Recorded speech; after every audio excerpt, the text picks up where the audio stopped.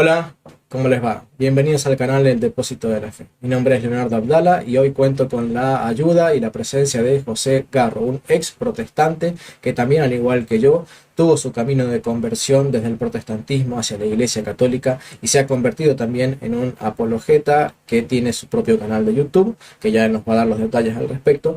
Y hoy quiero compartir con ustedes entonces lo que fue su historia y lo que fueron los motivos teológicos que lo convirtieron a él de una persona que estaba fuera de la Iglesia de Cristo a ser alguien que hoy está dentro de la Iglesia verdadera de Jesucristo. Bienvenido, José, gracias por compartir tu tiempo con nosotros. Saludos, hermano Leonardo. Muchísimas gracias por la invitación. Es un gusto estar acá en tu canal. Saludos a los hermanos que estén viendo este video o lo vayan a ver después. De verdad, gracias enormes a Dios por haberme permitido regresar a la Iglesia Católica y a ti por la invitación el día de hoy, de verdad. Bueno, muchas gracias, José. José, te doy el tiempo para que vos puedas comenzar. Yo eventualmente te puedo llegar a hacer alguna pregunta o puedo llegar a añadir alguna nota de color o alguna observación para poder ampliar algún concepto que me interese que nuestra audiencia pueda comprender, pero puedes arrancar cuando quieras. Sí, bueno, básicamente yo sí nací, crecí en la Iglesia Católica, recibí los sacramentos. Mis padres son muy católicos, mi familia, pero por esas cosas de la vida uno se mete pues me metí en asuntos personales, de estudio y otras cosas, me enfría un poquito o bastante en mi fe, ¿verdad? En la práctica de mi fe. Y ya por medio de otras personas, pues uno empieza a acompañar o a visitar este, iglesias no católicas. Y fue ahí cuando yo empecé a visitar una iglesia metodista y ya con cierta regularidad. José, Y pues, perdón que interrumpa tempranito, pero acá me parece que hay algo importantísimo. Yo ya he realizado varias entrevistas a diversos hermanos y en muchísimos, pero muchísimos casos, siempre hay amistades protestantes que tienen una influencia en la persona. Y justo siempre los agarran, o no siempre, pero casi siempre los agarran en un momento en el que están apartados. Eh, Creo que ese es un tema del que me gustaría que vos, dentro de las cosas que puedas contar, amplificaras un poco, porque creo que es una lección que tenemos que aprender los católicos. Cuando andamos como ovejas descarriadas, solitarios y sin la comunión de Cristo y de su iglesia, es cuando estamos a merced de los lobos que arrebatan las ovejas de la iglesia católica. ¿Qué podrías decirnos al respecto antes de continuar con tu testimonio? lo que pasa es que si no estás firme en la fe o no la estás practicando o no la estás viviendo, eres más propenso a irte o a ser influenciado por tus amigos o cualquier otra persona a tu alrededor o por X o Y circunstancias. Entonces, lo primero es que el católico debería ser una persona que practique con amor, con regularidad su fe y por supuesto en la medida de lo posible que la conozca, ¿verdad? Yo en mi caso, pues, por medio de amistades y una relación que yo tuve, ¿verdad? Una novia que yo tuve. eh, y pues, así fue que y si al no estar tan de lleno en la vida de la iglesia, tan de lleno en la vida de la fe, uno fácilmente o relativamente fácil, se desvía, ¿no? Se empapa o se contagia del ambiente protestante y ya estando ahí uno le empieza digamos, a tomar el gusto, por decirlo de alguna manera. Uno se empieza a acostumbrar o uno se empieza a hacer a la idea de los pensamientos o la vida de estas denominaciones. Entonces, lo primero que yo le diría al católico es tiene que tener su vivencia de fe muy firme, muy firme, ¿verdad? Para que no se deje influenciar por circunstancias de estas o de cualquier otro tipo, ¿verdad? Que pueden ser muchas otras, no solamente por personas, sino por circunstancias de vida, ¿verdad? Última preguntita, José, antes de que continúes con cómo llegaste a los metodistas. ¿Vos creías que era lo mismo ser católico que ser protestante, que habían muchas iglesias o que había una única iglesia fundada por Cristo? al momento ese de tu confusión y tu desviarte hacia los protestantes, ¿vos tenías en claro esas diferencias? Sí, de hecho, sí, claro, cuando tú empiezas a asistir ahí, tú empiezas a notar diferencias y no digo que no fue un poco extraño al principio, ¿verdad? Pero uno las empieza como a tolerar o uno las empieza a asimilar, ¿verdad? Ya después, cuando yo me fui metiendo de lleno en la vida en esa iglesia, sí, al principio se siente uno extraño porque uno estaba acostumbrado a ciertas cosas, pero ya uno con el tiempo, las enseñanzas de ellos te van a justificar, por decirlo así, ¿verdad? Eh, que no se, que no haya sacramento de la confesión, que no haya Eucaristía. Bueno, sí, sí tienen la cena del Señor, ¿verdad? Y que ellos le llaman la Santa Cena, ¿verdad? Porque es un símbolo. Pero no hay Eucaristía, porque Eucaristía tiene el contexto de consagración, de transformación del pan y vino en el cuerpo y la sangre del Señor. O sea, para ellos es simplemente pan y vino y nada que produzca algo en particular en el cuerpo y el alma de la persona. Todo lo contrario de lo que ocurre en la Eucaristía, ¿no? Que es la salvación del cuerpo y el alma del creyente católico. De hecho es este jugo de uva y galleta, es una galletita, y se celebraba una vez al mes, llamaba la Santa Cena, y como símbolo, ¿verdad? Y pues, entonces uno empieza a meterse de lleno ahí ya en la vida de esa iglesia, ya asistir regularidad, ya empieza uno a conocer un poquito sus doctrinas, y uno empieza como a, digo yo, comprar, por decirlo así, su forma de pensar. Ya después con el tiempo tú vas viendo que existen distintos grupos dentro del mundo protestante, dentro de las iglesias evangélicas, existen distintas formas de pensar, pero el consuelo, entre comillas, que te dan o la idea que usted empieza a creer es que al final, en lo esencial todos creen lo mismo, en lo secundario tienen libertad y entonces tú con eso te confortas. La división que hay, ¿verdad? En su momento, en los primeros años, eso fue lo que a mí me ayuda a sobrellevar ese asunto, que supuestamente en esencia todas son lo mismo, en lo secundario hay libertad. Ya con los años comprobé que no es tan simple.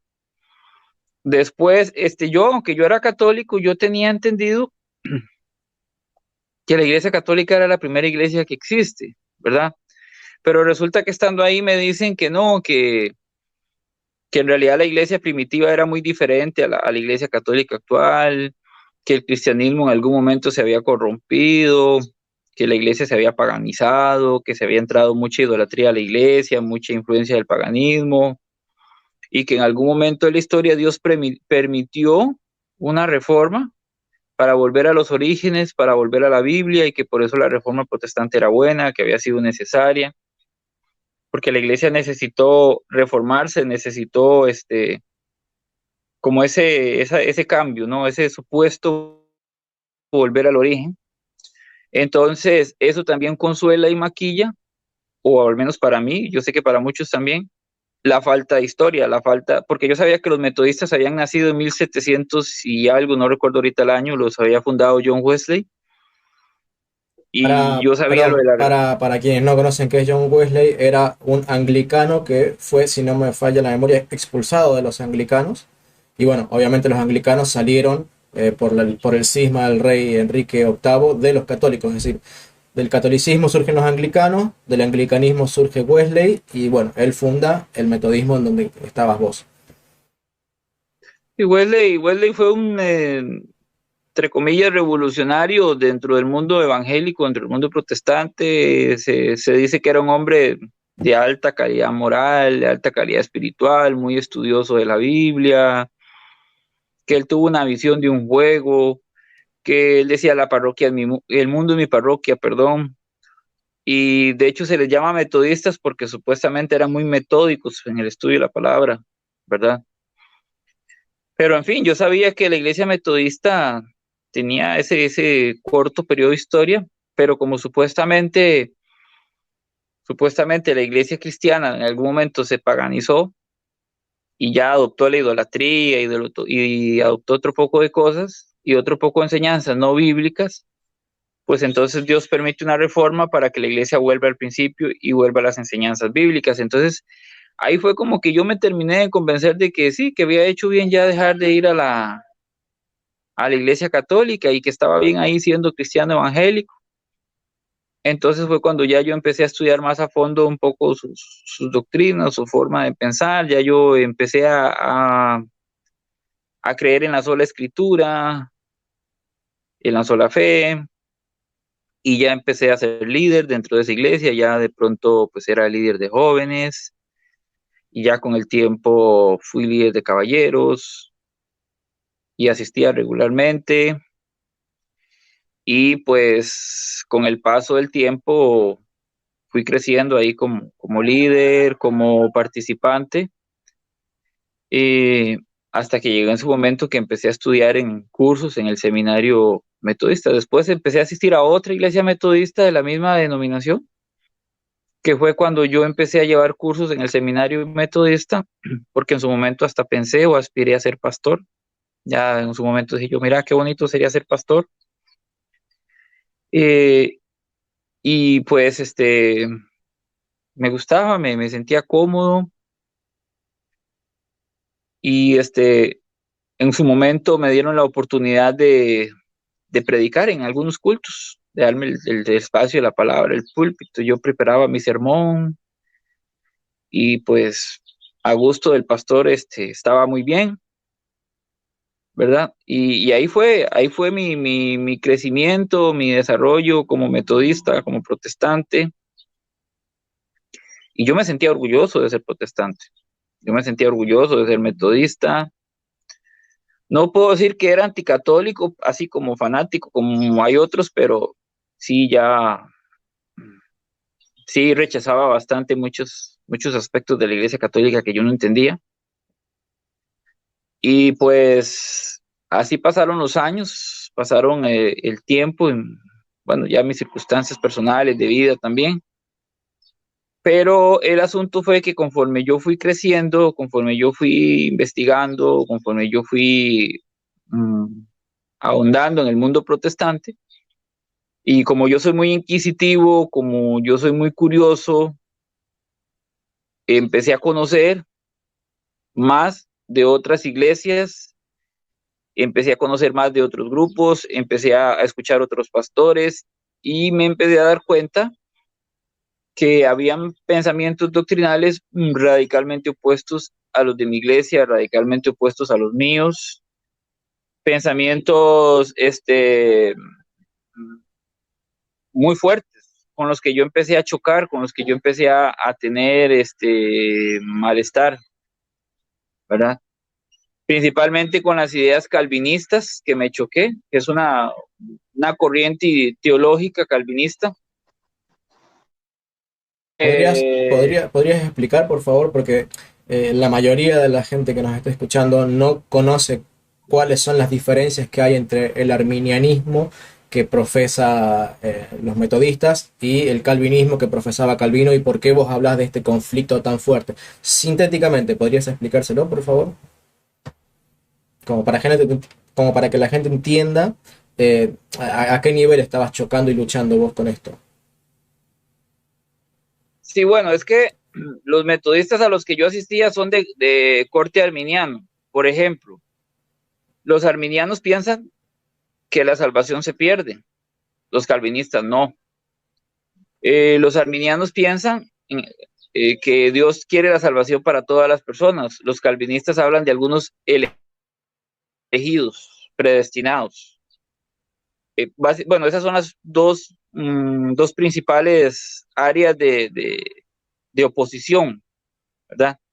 Los arminianos se parecen un poquito más al pensamiento católico, ¿verdad? Entonces, cuando a mí me empecé a topar evangélicos que me decían que la salvación no se pierde, incluso escucharlos algunos en la radio, en la televisión, decir esas barbaridades, yo como metodista, yo me rasgaba las vestiduras, yo me enojaba mucho, ¿verdad?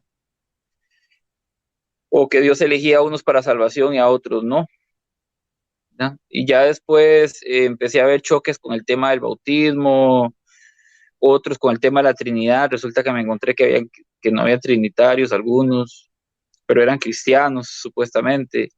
Ya me encontré grupos muy enfatizados con el tema de la teología de la prosperidad, que al principio suena bonito, incluso al principio a mí me sonó bonito, pero ya después me empezó a chocar los extremos y los abusos que empecé a ver, el énfasis en los supuestos dones, y así empecé a ver cada vez más.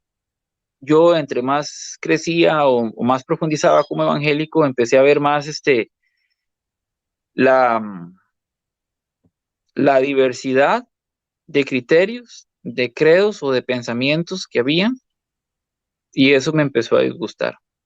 Yo me empecé a frustrar. Yo dije, pero yo empecé a decir, pero si estamos usando la Biblia, ¿cómo es posible que hayan pensamientos tan distintos? ¿Verdad? Y llegué en su momento a decirme, bueno, y si yo llego a ser pastor, ¿qué voy a enseñar? Porque yo creo A con la Biblia, pero el otro me dice que B, y el otro dice C, y aquel dice D, Y y todos pues con así la puedo llegar Biblia. hasta la Z. Y todos con la Biblia, ¿Ah? sí. Y todos con la Todos Biblia. con la Biblia. Y se me acabarían las letras del alfabeto. O sea, Sí. hay un montón de pensamientos. Incluso dentro de mi misma denominación, me empecé a dar cuenta que no todos los pastores pensaban exactamente igual. E incluso dentro de mi misma iglesia local, me empecé a dar cuenta que no todos los líderes tenían exactamente el mismo pensamiento, ¿verdad? Hasta una vez tuve un choque con un líder porque era muy apegado al tema de la teología de la prosperidad. Yo le dije, hermano, pero la Biblia dice, cree en el Señor Jesús y serás salvo, no serás rico. Yo me acuerdo que yo tuve esa diferencia con él. Y ya algunos ahí con ciertas ideas calvinistas y otros no, y yo estudiando la Biblia, pero entonces yo dije que, como decimos aquí en Costa Rica, que arroz con mango, ¿verdad? Qué mezcla más extraña.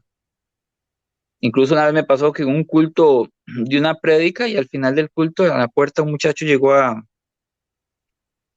corregirme y a cuestionarme, no recuerdo exactamente qué, pero sí ciertas cosas que yo dije. Y yo dije, bueno, ¿qué es esto? ¿Qué es esto, verdad? Eh, y yo escuchaba radios evangélicas, escuchaba prédicas de pastores evangélicos. Aquí en Costa Rica, por ejemplo, hay una emisora evangélica muy conocida que se llama, bueno, lo voy a mencionar, que se llama Faro del Caribe. Y yo escuchaba un estudio en las tardes de la Biblia, pero resulta que lo daban distintos pastores y depende del pastor de turno, pues tenían criterio diferente sobre varios temas. Entonces yo decía, bueno, ¿y aquí qué? ¿A quién le creo? O con quién me quedo? Y lo que pasa con eso es que en el mundo evangélico surge, yo llamo un status quo, un status de confort, ¿verdad? Donde pues yo estoy donde más me gusta, donde más me parece, donde mejor me siento bien, a donde, ¿cómo es que dicen ellos? Donde el Señor me bendice más o donde me siento más edificado, supuestamente, pero al final de cuentas me di cuenta que es un enorme mercado religioso, mercado de un montón de grupos donde tú eliges la que más te gusta, donde te sientas bien. Y como entrar a una tienda, ves un montón de camisas y pues escoges la que más te gusta, la que mejor te queda, ¿verdad? Algo José, así pasa con las iglesias. José, una cosa que me gustaría recalcar de esto que estás diciendo. En mi canal hago mucho énfasis en la necesidad de que todo tiene que ser comparado con una norma, regla o canon. Y creo que esto que estás diciendo vos tiene mucho que ver con eso, porque vos agarrás, entras a un shopping y elegís la ropa que más te gusta, pero siempre es subjetiva la elección. A uno le gusta el amarillo patito, a otro le gusta la camisa negra, a otro le gusta la camisa blanca. Entonces, siempre termina siendo una cuestión de cómo yo interpreto que debe ser la religión más correcta y me quedo con esa, o puedo visitar un grupo de religiones que dentro de todo se amolden a lo que yo quiero o a lo que yo creo o lo que a mí me gusta, independientemente de mi nivel de conocimiento. Y eso me hace acordar, ¿no?, a lo que le enseña al apóstol Pablo a sus discípulos, en particular queda registrado en la Biblia, pero se lo enseñaba siempre, ¿no? Dice que en los posteriores tiempos se amontonarán maestros, obviamente en grupos diversos religiosos, dice, cada uno conforma su propia concupiscencia. Cada uno conforma sus propios deseos, conforma sus propias imaginaciones. Y dice que muchos serían seducidos y atraídos y que caerían en manos de esos maestros. Y es eso, ¿no? Es el shopping religioso. Maestros agrupados que se ponen un nombre, unos bautistas, pentecostales, mormones, testigos de Jehová, metodistas, luteranos, y muchos ya creen que la Iglesia Católica es una más de la oferta religiosa, entonces vos elegís la camisa que más te gusta. Y eso no es así, siempre tenemos que tener un norte, una regla, un canon con el cual medir cuál es la religión verdadera. Porque acá hay una diferencia de concepto abismal entre el concepto de evangelio que tiene un católico y el concepto de evangelio que tiene un protestante, que es lo que vos dijiste al principio, ¿no? Para el evangelio, para el evangélico, yo les llamo los otro evangélicos, para los evangélicos, la palabra evangelio es predicar a Cristo, que las personas se arrepientan, se conviertan y ya está. Eso es evangelio, es un reduccionismo absoluto a 4 o 5 frases teológicas y ya está, ya predicaste el evangelio. Por eso esto es lo que vos decías de que el evangelio es lo principal, pero todo lo demás es secundario. Pero para la Iglesia Católica el concepto de evangelio significa toda la doctrina de la Iglesia, todo el depósito de la fe, toda la tradición apostólica. Entonces cuando vos tenés que predicar el evangelio, tenés que predicar todo y no podés desviarte de todo. Por eso no hay margen para salirte del evangelio sin efectivamente salirte, aunque parezca redundante lo que digo. Vos en un culto protestante, vos podés salirte de, o sea, permanecer en el evangelio, aunque el 90% de tus doctrinas sean diferentes de aquella otra religión que predica supuestamente también el evangelio. En cambio en la Iglesia Católica no. En la Iglesia Católica vos tenés el evangelio y si te saliste de eso, ya te saliste de la doctrina apostólica.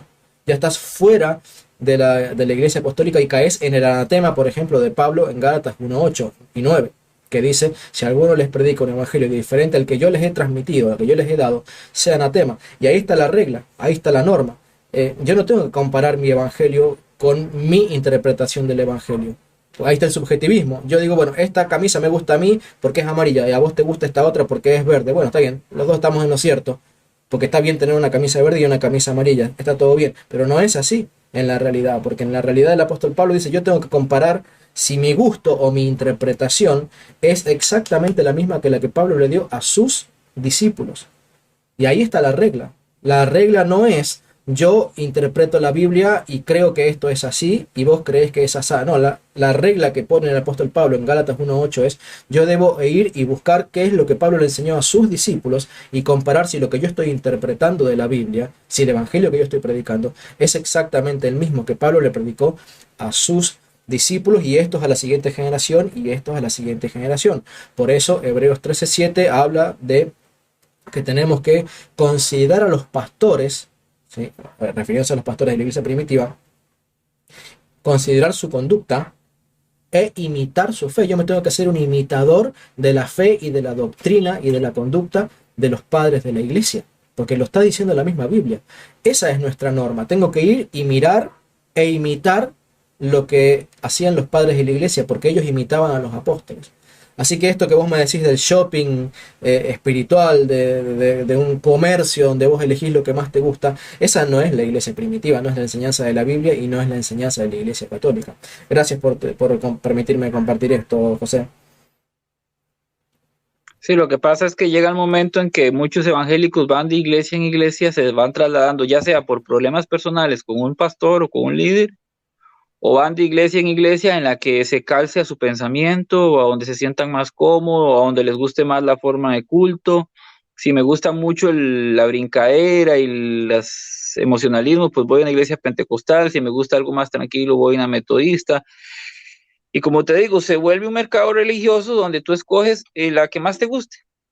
Pero hay muy poca reflexión teológica de parte de muchísimos evangélicos.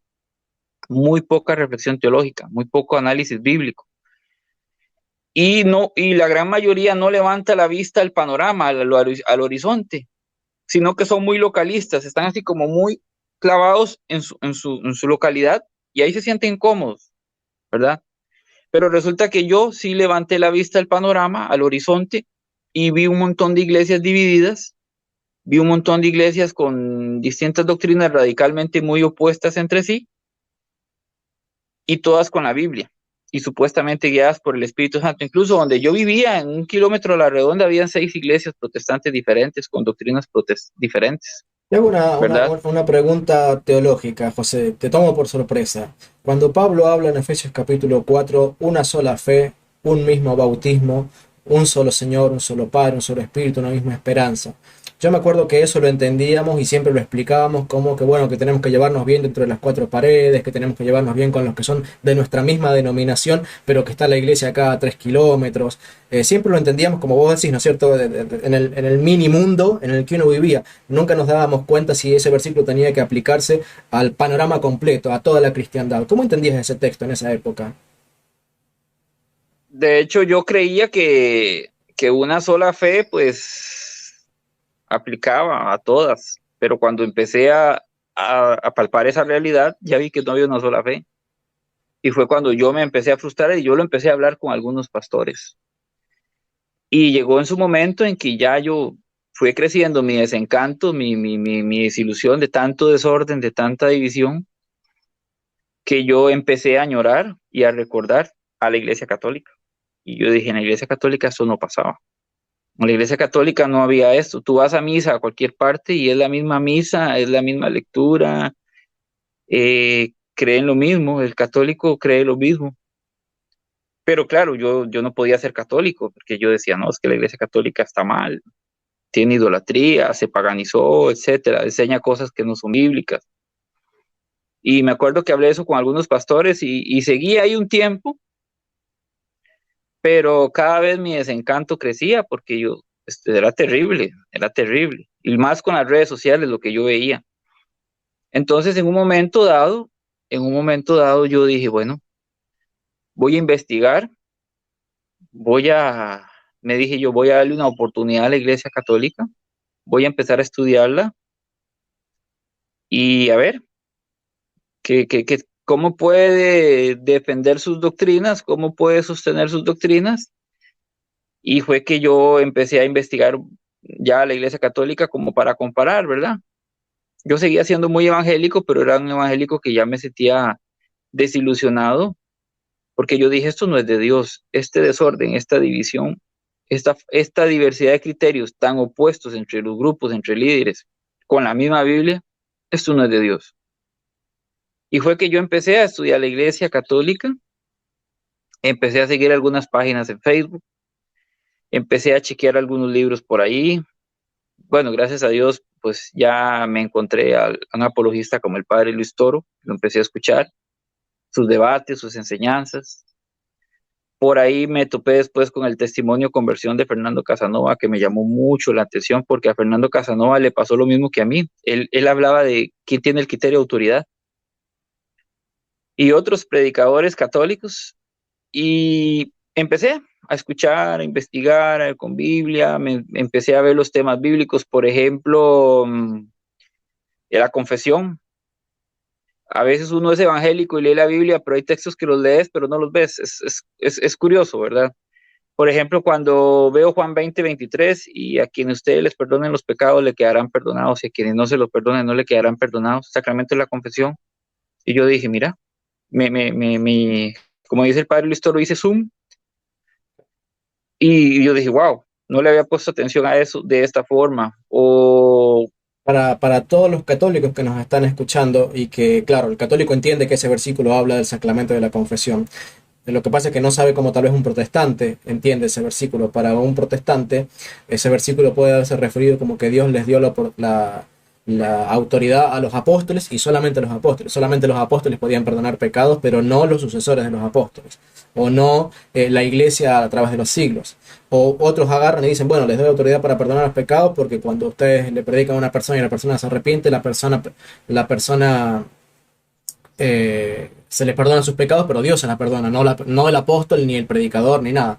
Ahora, acá aparece de vuelta este tema de la regla, porque para saber si un predicador que dice que Juan 20:23 se refiere a que Dios le perdona los pecados cuando se arrepiente, o si se refiere a que Dios le concedió la posibilidad de perdonar pecados a los apóstoles y nada más que los apóstoles, o si se refiere, como enseñamos los católicos, a que la iglesia ha recibido la autoridad para perdonar pecados en el nombre de Dios. Uno tiene que ir a la regla. ¿Y qué enseñan los padres de la iglesia desde los primeros siglos? En el mismo credo podemos decir que dice creo en el perdón de los pecados, así que la iglesia tiene la autoridad para perdonar pecados. Uno puede ir y leer los comentarios de los padres de la iglesia a ese versículo y todos enseñan unánimemente esto que estamos diciendo, que Dios le dio a la iglesia la autoridad para perdonar pecados en el nombre de Cristo. Entonces ahí está la necesidad de ir y consultar con esta regla, como enseña Gálatas 1.8, ¿no? El evangelio que yo les transmití a ustedes. Bueno, yo comparo entonces mi evangelio con el evangelio de los que predicaban o que recibieron los discípulos de los apostólicos, y tiene que haber armonía entre lo que enseña la Biblia, lo que enseñan los discípulos apostólicos y lo que enseño yo. De hecho, la explicación a ese versículo era muy jalada del pelo. No, es que quedarán perdonados por la predicación del evangelio, ¿verdad? Después, otros pasajes de la Biblia que ya yo fui, el tema de la Eucaristía, es Juan 6, 53, 54, el que come mi carne y bebe mi sangre tiene vida eterna, el que no la come no tiene vida eterna, lo que dice San Pablo en 1 Corintios 11, el 23 al 29 sobre la Eucaristía, yo mismo así recibí del Señor. Ya después analizar los temas marianos de Lucas 1, la madre de mi Señor, me llamarán dichosa todas las generaciones, cómo la Virgen María era importante desde el inicio de la iglesia en Hechos 1:14, en compañía de algunas mujeres y María, la madre del Señor.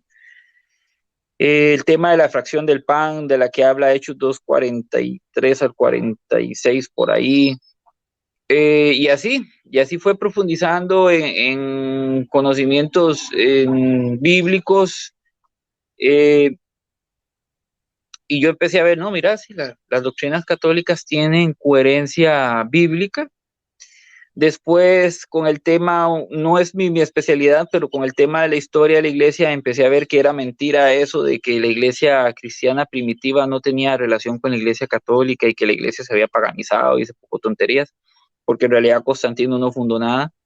Constantino dio libertad de culto nada más, cuando Constantino nace ya habían 26 papas en el 272, y resulta que me encuentro que San Ignacio de Antioquía le llama a la iglesia católica en el año 110 por ahí, que era discípulo directo del apóstol Juan, que San Ignacio de Antioquía creía en la Eucaristía, le llamaba la carne del Señor, algo así, ¿verdad? Parafraseándolo. Me encuentro por allá que Orígenes, creo en el primero o segundo siglo, habla del purgatorio, ¿verdad? Algunos padres de la iglesia ahorita no se me vienen ahorita, o sea, no los tengo a mano ahorita, pero que hablaban del bautismo. Me leo la Didache. eh, Me encuentro que San Panciano, si más no me equivoco, llega y Paciano dice, de cristiano es mi Barcelona. nombre. San Ajá, Paciano de cristiano es mi Barcelona. nombre, ese es mismo. Cristiano es mi nombre, católico mi apellido, dice. Me encuentro, por ejemplo, que en el año 250, creo, por ahí, encuentran una oración que dice, bajo tu amparo nos acogemos, Santa Madre de Dios, ¿verdad? Entonces yo digo, no, pues la historia de la iglesia de los primeros siglos es católica, ¿no? Y ya uno va viendo como que los concilios pues eran católicos. Me doy cuenta que la Biblia, el canon bíblico, lo conforma la Iglesia Católica en el 382, confirma en el 393, 397, Hipona, Cartago. Entonces yo dije, bueno, ¿y cómo es la cosa? ¿Verdad? Entonces, como te decía, como te digo, yo empecé a comprobar que la historia de la iglesia, con pequeños, grandes detalles, con pequeñas, grandes notas, pues era historia católica, ¿verdad? Y para mí el golpe lapidario fue lo del canon bíblico, que lo establece la iglesia católica, el Papa San Damaso I. Darme un poquito que en las catacumbas romanas habían inscripciones de oración por los difuntos, imágenes que celebraban la fracción del pan, ¿verdad? Entonces, eso aunado al tema bíblico, a las doctrinas bíblicas, eh, pues me fueron empujando hacia la Iglesia Católica. También darme cuenta que los dogmas que yo no entendía eran dogmas que si se habían definido era porque primero se creían en la Iglesia antes de ser definidos, pero que también tenían, pues también tenían sustento bíblico, ¿verdad? También la autoridad de la Iglesia me quedó clara. Sí, man. Antes de que entres con el tema de los dogmas y los concilios y la autoridad de la iglesia, me gustaría hacer una pequeña ampliación de algo muy, pero muy importante que vos dijiste hace 5 minutos respecto de la supuesta paganización de la iglesia. Eh, Ayer había estado leyendo un escrito, no me acuerdo el autor, si San Justino Mártir o Orígenes o alguna época, entre el siglo II y el siglo III, que estaba denunciando cómo el mitraísmo estaba tratando de absorber doctrinas de la Iglesia Católica, doctrinas y prácticas de la Iglesia Católica, para tratar de obtener un poco del éxito que estaba teniendo la Iglesia Católica en su tarea de evangelización. Yo había leído hace tiempo atrás que San Agustín de Hipona, no me acuerdo así cuáles sus escritos, denunciaba, y creo que también San Ambrosio de Milán, denunciaban cómo el mitraísmo habían absorbido el concepto de los sacramentos, de sus prácticas, el uso de imágenes y cómo representaban a María, al Hijo en sus deidades, o sea, un montón de cosas que cuando el protestante vos vas y lees un libro de los protestantes sobre historia de la iglesia y te quieren mostrar la supuesta paganización de la iglesia, te dicen, ve, mira, el mitraísmo creía esto y resulta que encontrás lo mismo en el catolicismo. Entonces, ¿qué dicen ellos? Mira, ¿ves? El catolicismo se corrompió, el catolicismo se paganizó. Pero vos vas y lees a los padres de la iglesia y te dicen que la realidad es exactamente opuesta, que ellos ya creían esas cosas de mucho antes y que están denunciando cómo el mitraísmo está imitando al catolicismo para tratar de imitar su éxito. Entonces no es que el catolicismo se paganizó, es que el cristianismo, procurando imitar el éxito del cristianismo, empezó a cristianizarse, a absorber culturas, pero los protestantes te dicen la historia opuesta. Como en casi todo lo que yo he podido leer acerca de los padres de la iglesia, hay una evidencia, ¿sí? Y hay una interpretación católica de los padres de la iglesia, una interpretación protestante de los padres de la iglesia, que cuando yo en mi propio proceso de conversión fui y comparé estas dos interpretaciones con los padres de la iglesia, encontré que la interpretación correcta era la de la iglesia católica. Y fue lo que me hizo empezar a desconfiar de todos estos libros. Y digo, pero estos libros me están presentando una interpretación que no es la correcta y no se condice con los testigos presenciales de la historia. Así que bueno, quería añadir ese pequeño nota de color porque es muy importante esto que vos decís, porque a vos te sacaron de la iglesia y te convencieron de no volver a la iglesia justamente por la supuesta paganización de la iglesia, y en realidad es todo lo contrario, es la tremenda efectividad del catolicismo para evangelizar al mundo que hacía que los demás quisieran imitar al catolicismo. Y bueno, después está el problema de cómo interpretan los protestantes la historia 1500 años después, ¿no es cierto? Perdón, que te estabas con el tema de los concilios y los dogmas. No, de hecho, la iglesia cristianizó el Imperio Romano, ¿verdad? Por ejemplo, ellos celebraban al dios Sol, Invictus, y la iglesia le dijo, no, el dios es Jesucristo, Jesucristo es nuestro sol, ¿verdad? Nuestra luz.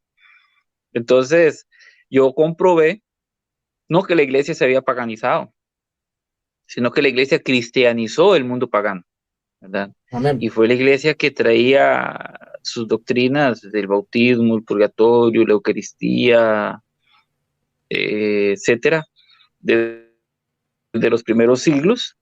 Es la iglesia que define, por ejemplo, lo de María, Madre de Dios en el Éfeso en el 431, o lo de la divinidad de Cristo en 325 en Nicea, me parece. No es, En y realidad, en comprendí que no es. realidad, en realidad hay un concilio, no sé si el de Antioquía, en el 286 creo, en donde ya se empieza a juzgar a algunos cismáticos que andaban predicando el sabelianismo, que después degeneraría en el arrianismo, pero ya en el 287, en un concilio no ecuménico, pero sí de muchísimos obispos, ya estaba empezando a definir claramente cuál era la posición oficial de la Iglesia en cuanto a la doctrina de la Trinidad. Sí, y no es que a partir de ese momento se empezó a creer, ya se creía desde antes, pero se articula un dogma de fe, ¿verdad? Se clarifica, por decirlo así. Entonces, esa historia de la iglesia que yo me fui encontrando, y antes de existir el protestantismo, ¿verdad? Eh, yo dije, bueno, entonces la iglesia de Cristo ha creído estas cosas desde el principio, las sigue manteniendo a través de los siglos. En los contenidos bíblicos veo que la doctrina católica tiene sustento. No fue fácil porque uno tiene un prejuicio anticatólico muy fuerte, parece mentira.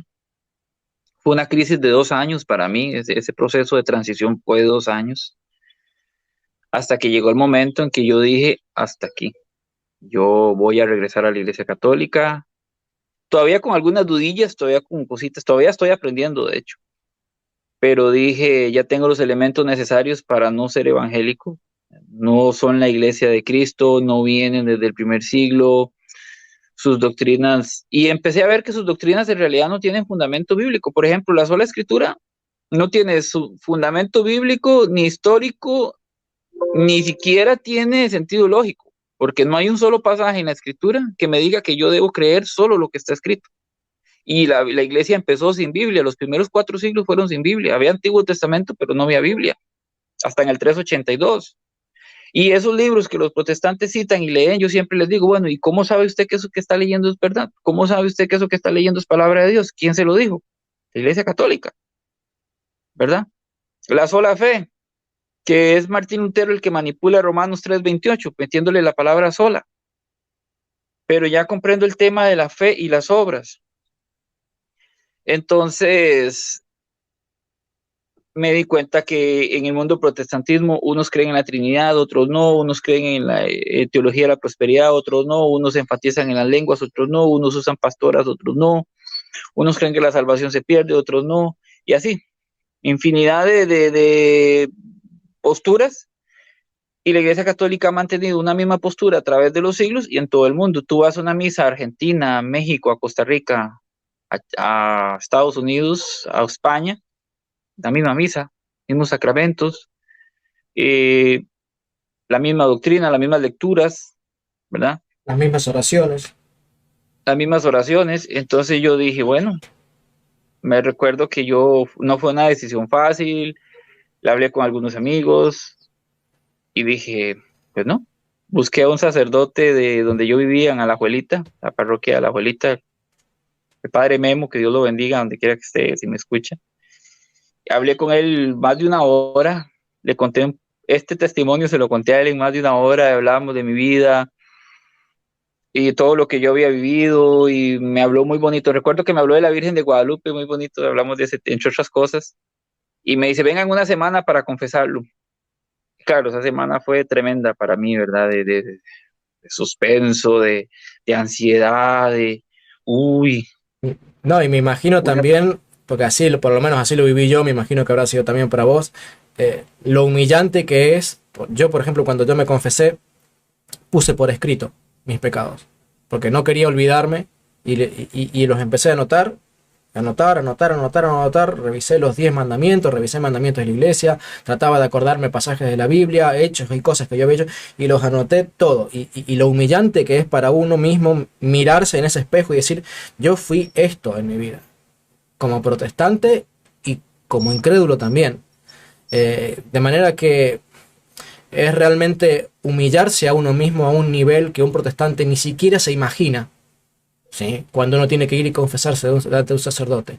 Porque es como si algún protestante le tiene miedo al hecho de que allá en el cielo se van a abrir y desplegar la lista de sus pecados y van a ser observados por todos. Nosotros experimentamos eso a diario en la confesión. Tener que humillarnos, y unos lo hacen por escrito, otros se acuerdan, pero tener que decirle a otra persona, ¿sabe qué, padre? Yo hice esto y me equivoqué en esto y dije esto otro y tuve este pensamiento y en esto no amé a Cristo y en esto no fui fiel a Cristo y en esto contradije a la Biblia o como cada uno lo quiera expresar, pero es realmente una semana muy tensa, humillante y de muchísima reflexión personal, de manera que cuando una persona se hace católico, no lo hace ni por arrogancia ni por decisión alocada, porque realmente uno tiene que empezar a ser consciente de que, caray, todo esto que yo estoy confesando ahora, lo tengo que empezar a confesar regularmente. O sea, tal vez no los mismos pecados, pero el hábito de confesar, de humillarme, de tener que pedirles perdón al Señor porque tengo que participar del cuerpo y la sangre de Cristo sin pecados graves, sin confesar, porque no puedo mancillar a mi Señor Jesucristo, ¿sí?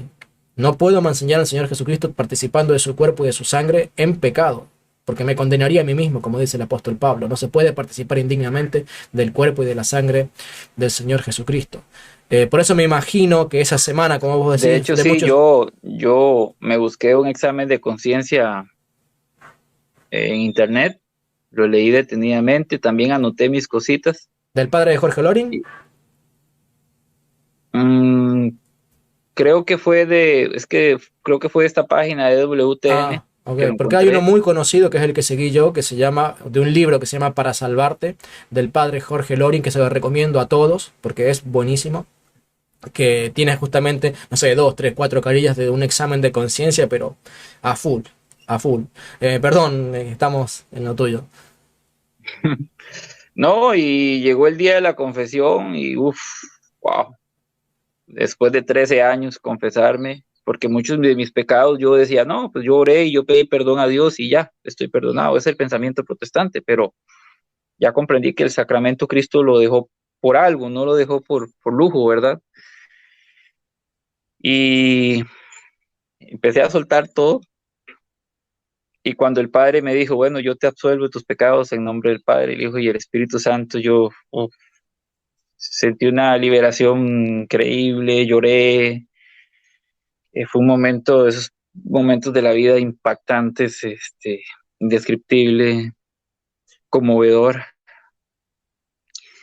Y después de ir a misa y recibir la Eucaristía después de tantos años, wow, eso fue también llorar, fue impactante. Y yo dije, wow, lo que me estuve perdiendo no se compara a la Santa Cena que hacíamos, que yo la respetaba mucho, me gustaba mucho y le tenía mucha reverencia, ¿verdad? Pero no es igual. Recuerdo que mi primer misa después de ser protestante fue una misa mariana, se estaba haciendo honor a la Virgen María. Fue un poco difícil, ¿eh?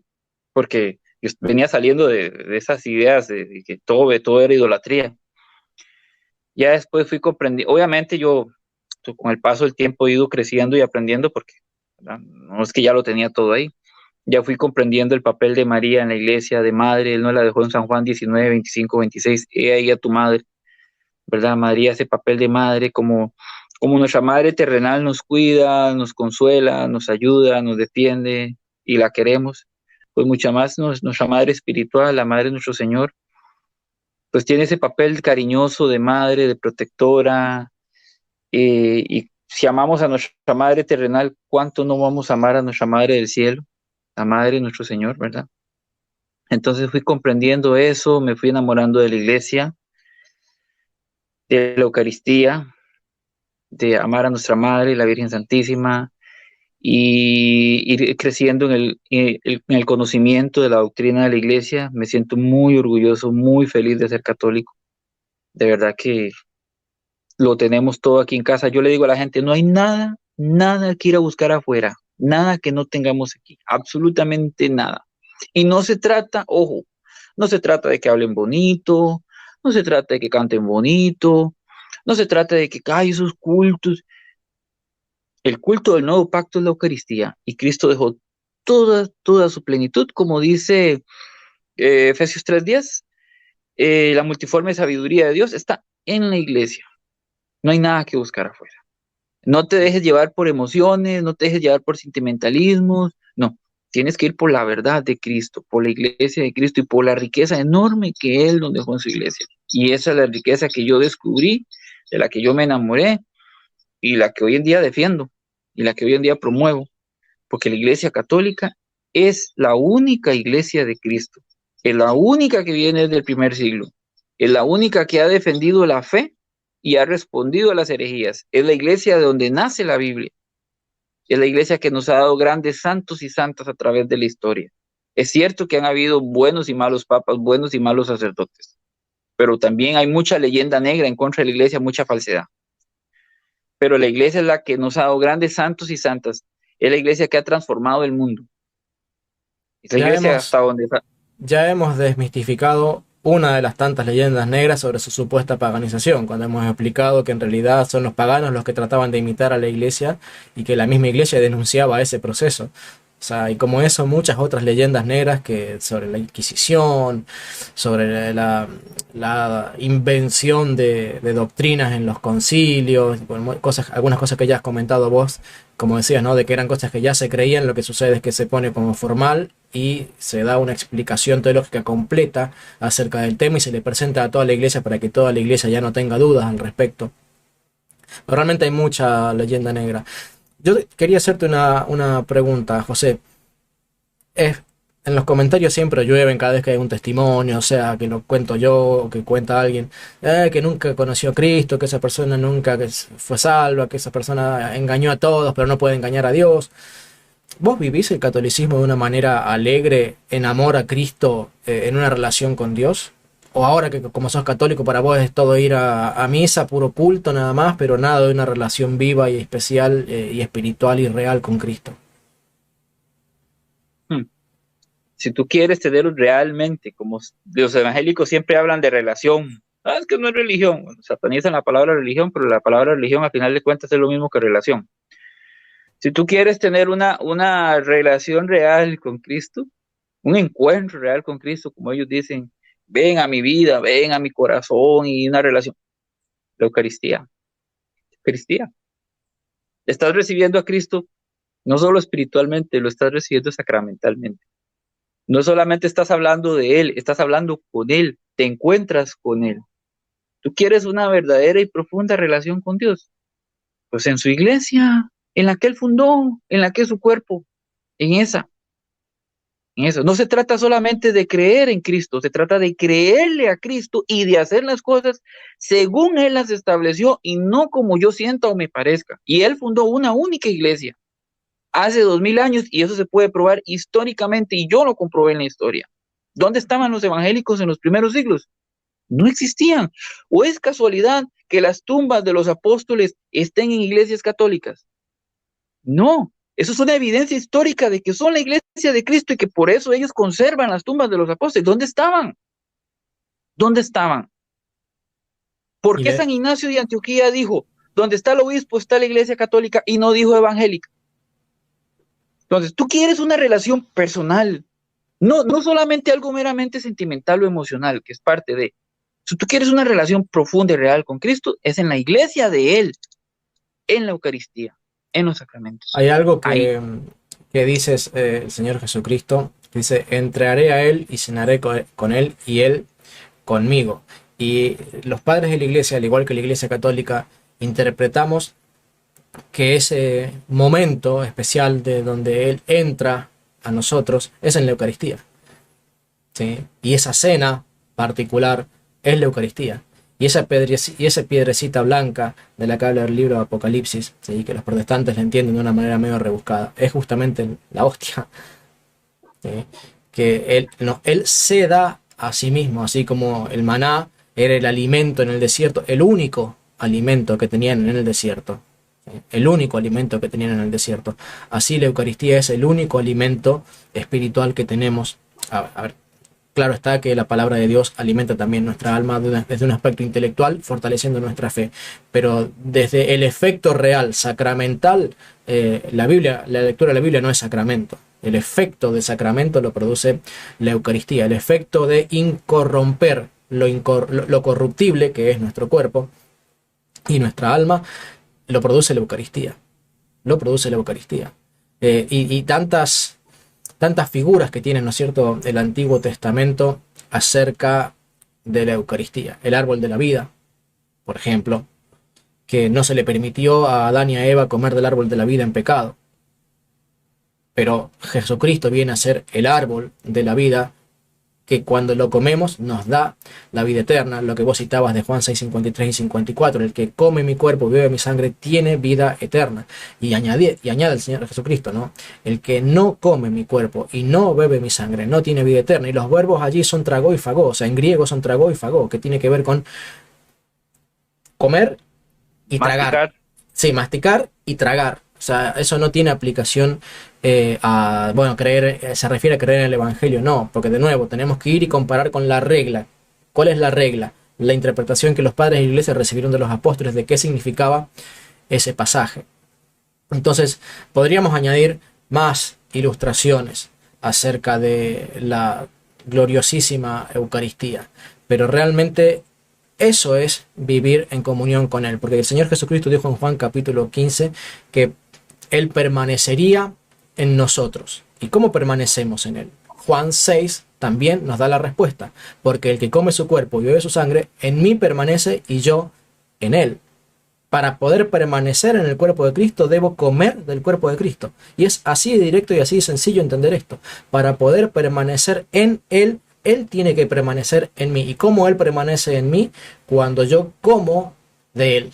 Cuando como su cuerpo y bebo su sangre en la Eucaristía. Y esto para los protestantes puede llegar a ser extrañísimo, puede ser tomado de los pelos, pero es que justamente es un problema de cómo se interpretaba la Biblia en el siglo I. Cómo se interpretaba la Biblia en el siglo II, cómo se interpretaba la Biblia en el siglo III. Y esa interpretación coincide con la interpretación católica. Y de hecho, en los debates, por ejemplo, uno o en las exposiciones, uno hace referencia a la Biblia, pero también es muy bonito hacer referencia a cómo lo creían los primeros cristianos, porque te da una luz de que por aquí vas bien. Si los primeros cristianos, los primeros padres de la iglesia lo creían así y hoy así también, entonces eso es una luz de que estás en la interpretación correcta. Yo no voy a pretender saber más que San Ignacio de Antioquía, por ejemplo, ¿verdad? Entonces, eso es parte de lo bonito de la riqueza de ser católico, de que estás en comunión con lo que enseñaban los padres de la iglesia. Eso es lo bonito de ser católico y de ver de que no solo la escritura, sino la tradición y la historia nos respalda. Y bueno, en el caso de la Eucaristía, pues entender que es el culto del nuevo pacto y que si tú quieres realmente una relación verdadera con Cristo, tiene que ser en su iglesia, ¿verdad? No, donde está la plenitud de lo que Él nos dejó. Y así fue que yo, pues, empecé a ser católico, empecé a vivir mi fe católica y he ido creciendo, he ido aprendiendo cada día más. Pues ahora me metí un poquito en esto me gusta, uno se enamora de la iglesia, de la apologética, tengo mi canal, ¿Cómo se por llama? cierto, bueno, mi canal se llama José Garro Apologética, así como me llamo yo, José Garro Apologética. Pues si los hermanos gustan chequearlo y suscribirse, sería para aprovechar para hacer el comercial. Y ahí estoy creciendo. Yo sé que no es fácil para un evangélico, hay mucho prejuicio, pero si tú amas la verdad o la verdad misma, porque amas a Dios y eres objetivo, tú tienes que hacer un análisis sincero, honesto y objetivo de la doctrina, de las escrituras y de la historia. Si tú eres honesto y sincero y objetivo y no te dejas llevar por prejuicios, tarde o temprano, Dios te va a llevar a la única iglesia que el mundo. Te El pregunto problema son los algo, prejuicios. te pregunto algo, José. ¿Amás más a Cristo que cuando eras protestante? ¿Tenés más temor de Dios que cuando eras protestante? Sí, mucho más porque entre más conoces, mayor es tu responsabilidad, más te enamoras. La vida cristiana, mmm, no sé, a veces el evangelio protestante es como muy light, ¿verdad? Ellos creen que Creen es en el al Señor. revés. Ellos creen que es al revés, que los católicos somos light. ¿Pero por qué piensan eso? Por causa de los que no aman a Cristo, están fuera de la iglesia, son apóstatas en todo sentido. O sea, apóstatas en el sentido de que son católicos que no les interesa lo cristiano, no les interesa el amor a Dios, no les interesa la obediencia. Está claro que dentro de la iglesia católica hay muchos de eso. Pero, ¿y qué pasa con los santos? ¿Y qué pasa con los que estamos procurando santificarnos? Pero en serio, o sea, que tenemos un montón de cosas que corregir en nuestra vida, que estamos llenos de defectos por todos lados, y sin embargo tratamos de quitárnoslos de encima luchando contra ellos. O sea, es que acaso eso no es la obra del Espíritu Santo, que nos lleva a un proceso de santificación todavía mucho más intenso y profundo, que nos lleva a humillarnos mucho más que cuando éramos protestantes, que nos eleva la vara de santidad muchísimo más arriba de la que teníamos como métrica cuando éramos protestantes. Eso los protestantes no lo entienden. Piensan que ser católico es sinónimo de ser borracho, de ser esto, de que ser una persona que habla malas palabras, de que ser que no amas a Dios. Y no se dan cuenta de que la Iglesia Católica es todavía muchísimo más exigente, pero que te da también muchísimo más conforme a lo que exige. Porque esa es la regla de Dios. Al que más se le da, más se le exige. Y la Iglesia nos da muchísimo, pero también nos exige muchísimo. Nos lo da todo. La iglesia nos da todo. Y eso de que los católicos son estos, son el otro, vean, señores, por favor, por favor. Uh, Pecado, todos somos pecadores, y aquel que esté libre de pecado que tire la primera piedra. Yo no salí del mundo evangélico por las situaciones de pecado, ya expliqué aquí por qué fue, pero yo vi un montón de barbaridades, vi un montón de cosas que, ¿para qué las voy a decir? Entonces,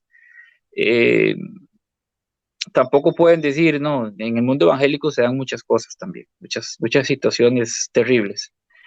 Pero lo importante es estar en Cristo, en la iglesia que Él fundó, de la manera que Él la fundó, a la manera de Él, no a la manera nuestra.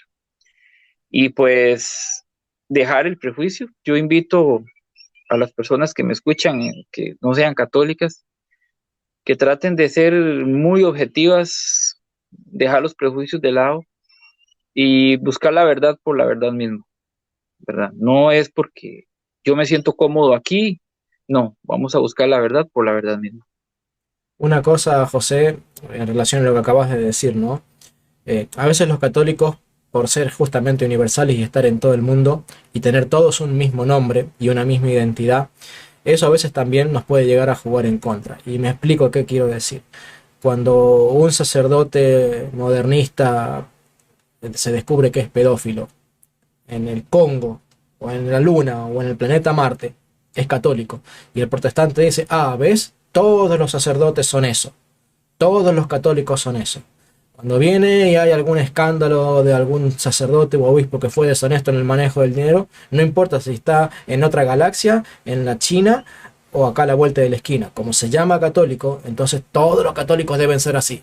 Ahora, cuando aparecen los defectos y pecados del Rabí Shari, apologista protestante más famoso, cuando aparecen los apostasías de pastores que son traficantes de órganos, traficantes de dinero, de droga, o cuando aparecen los casos de casi 700 pastores y colaboradores bautistas en Estados Unidos que eran abusadores de niños durante 20 años, y como esos, pero miles de casos más. No, o sea, los protestantes no somos así, porque en mi iglesia no tengo un pastor que sea pedófilo, entonces los protestantes no somos así. Pero ellos, como no tienen identidad, ¿sí? No generalizan. O sea, si un pastor bautista hizo tal o cual cosa, pues ese era bautista. Yo soy pentecostal. Y si viene un mormón y agarra y un mormón comete tal o cual delito, y no, pero ese es mormón. Acá en mi iglesia no tengo ningún violador de niños. Y como ellos no tienen esa identidad de ser una única y sola iglesia, ellos piensan que su doctrina está libre de problemas y que la doctrina de los católicos es ser pedófilos, borrachos, violadores, etcétera, etcétera, etcétera. Y es un gravísimo, pero gravísimo error que tienen, porque piensan que es la doctrina católica la que enseña a ser pedófilos. No, en primer lugar, la doctrina católica tradicional está llena de sacerdotes ultra fieles en cuanto a la moral. Justamente los sacerdotes modernistas, muchos de ellos son homosexuales, lamentablemente es algo que hay que reconocer. Los sacerdotes modernistas, muchos de ellos, no todos, pero muchos de ellos sí son homosexuales, pasivos o activos, y son justamente donde salen los escándalos que después manchan a todos los católicos. Y eso los protestantes no lo entienden. No lo entienden. No entienden que en la Iglesia Católica se pueda vivir realmente una fe auténtica, genuina, santa y en un proceso continuo de santificación, con amor a Dios, con amor a los santos, con amor a la Virgen, con amor a Cristo, amando todo lo que Dios ama. todo lo que Dios ama, porque eso es justamente estar lleno del Espíritu Santo. Percibir del amor de Dios tal como Dios lo transmite por medio de su Espíritu. Es que es un pensamiento muy localista. Ese es el problema del pensamiento localista que yo te decía antes, ¿verdad? Pero igual, acometen una falacia de generalización y el que esté libre de pecado que tire la primera piedra. Pecados todos tenemos, el que diga que no tiene pecado es un mentiroso, dice 1 Juan 1:8. El mismo San Pablo decía, de todos los pecadores yo soy el primero, 1 Timoteo 1:15. Entonces, es una falacia, pero en el mundo protestante, en el mundo evangélico, en todos los grupos, en todas las iglesias, hay muchas situaciones, no muchas, no todas se van a conocer en público, pero hay muchas situaciones muy, muy feas, también de abuso, muchas Sí. cosas, claro que sí. De Entonces aquí hecho, no es, tengo un sí, libro acá, atrás, tal vez algún día lo utilice, un libro protestante, por cierto, que se llama La Iglesia al Desnudo. Es tremendo, es tremendo. Es un libro protestante que yo leí o hojeé en algunas cosas cuando era protestante. Es tremendo, es tremendo. Y hay el nieto de Billy Graham, que todo protestante sabe quién es Billy Graham, el evangelista más famoso del mundo en las últimas décadas, el evangelista protestante más famoso del mundo de las últimas décadas, el nieto de él, que tiene una fundación y que es un hombre muy estudioso dentro de la teología protestante, él reconoce que el problema de la pedofilia, de los abusos, las violaciones, la homosexualidad y todo eso es muchísimo más grave entre los protestantes que entre los católicos. Pero él dice, entre los católicos sale en la primera plana de los diarios, pero entre los protestantes se oculta y se tapa muchísimo más que entre los católicos. O sea, el problema no solamente que lo tienen los protestantes, sino que además es mucho más grave. Pero para agravar todavía la situación, ellos lo ignoran y piensan que ser católico es ser borracho, ser pedófilo, ser violador. Y no, realmente no conocen. No conocen la otra cara de la moneda. Les creen a las leyendas negras y no investigan a los que miran los números crudos y puros, duros, que son los que demuestran que la Iglesia Católica tiene problemas. Claro que tenemos problemas, ¿sí? Pero los protestantes los tienen más y más graves. yo quiero decir que la gran mayoría de nuestros sacerdotes son sacerdotes fieles, santos. Ser católico en realidad es buscar la santidad, eso es ser católico. Y no se puede generalizar. Eh, Creo que les falta muchas veces honestidad en ese sentido, porque como te digo, pecado hay en toda parte, pero aquí no se trata de que tú peques, yo peques, él pecó, aquí se trata de estar en la verdad de lo que estableció Cristo. Y como dijo Fernando Casanova, si vas a buscar una iglesia inmaculada sin mancha, buena suerte, porque no existe. Hasta los mismos 12 apóstoles que Jesús llamó también fallaron. Y en cuanto esa Pedro lo persona, negó. en cuanto esa persona entre a esa iglesia santa inmaculada, ya está, ya la arruinó, porque él es pecador. Exactamente, mira los 12 apóstoles, Pedro lo negó, Tomás dudó, todos lo dejaron abandonado, bueno, excepto Juan. Entonces, no existe, o sea, como dijo Fernando Casanova, aquí hay espacio para un sinvergüenza más. La iglesia de Cristo nos llama a la santidad, nos ha dado grandes santos, pero pues hay que esforzarnos, ¿verdad? Bien, Entonces, para mí, la mejor decisión de mi vida ha sido regresar a la única iglesia que Cristo fundó, la Santa Iglesia Católica. ¿No? Entonces yo invito a los hermanos católicos a amar su fe, a conocer su fe, a defender su fe, porque dice el catecismo en el numeral 1285 que todo confirmado está obligado a defender su fe, pero tienes que conocerla, tienes que bueno, profundizarla José, y vivirla y estar orgulloso de ser católico. cierro el video con esa frase tuya. La mejor decisión de mi vida fue hacerme católico y creo que ese va a ser el título del video. José, te agradezco muchísimo, enormemente tu tiempo, tu predisposición y poner a disposición de la audiencia toda tu sabiduría, tu conocimiento y las cosas que has podido aprender. Te agradezco sinceramente de corazón, José. ¿Quieres decir algo final? Sí, yo, bueno, gracias a Dios por todo, gracias a ti por tu invitación, es un honor estar acá, que me hayas tomado en cuenta. Quiero agradecer a mis hermanos apologistas que me han ayudado en mi crecimiento, bueno, a mi párroco, también bueno, en las redes sociales, al padre Mujica, a Betty Valenzuela, que la quiero mucho, que he trabajado mucho con ella, a Max Rupert, a Elmer, a Mónico, a Rodrigo, a René Torres, Ubaldo, y bueno, no sé quién más se me queda por ahí, y otros hermanos, Joseph, Félix, otros hermanos de redes sociales con los que yo he trabajado, de los que he aprendido muchísimo y que me han dado espacio, todos los hermanos de canales como Huella Católica también, que me han dado espacio de participar, de crecer y aprender con ellos. También un abrazo a ellos, un saludo a ti, de verdad, por la oportunidad, al hermano José Plasencia, que también me ha tomado en cuenta. Entonces quiero saludar a toda esa gente y invitarlos una vez más a que le peguen una chequeadita a mi canal que está empezando, que se llama José Garro Apologética. Ahí estaremos subiendo videos también. Y gracias de nuevo, Leonardo, por tu invitación. De verdad fue un gusto enorme estar aquí y la gloria sea para Dios, de verdad. En el amor de Cristo, José, en el amor de Cristo. Que Dios les bendiga. Viva Cristo Rey. Viva Santa María, siempre Virgen. Amén.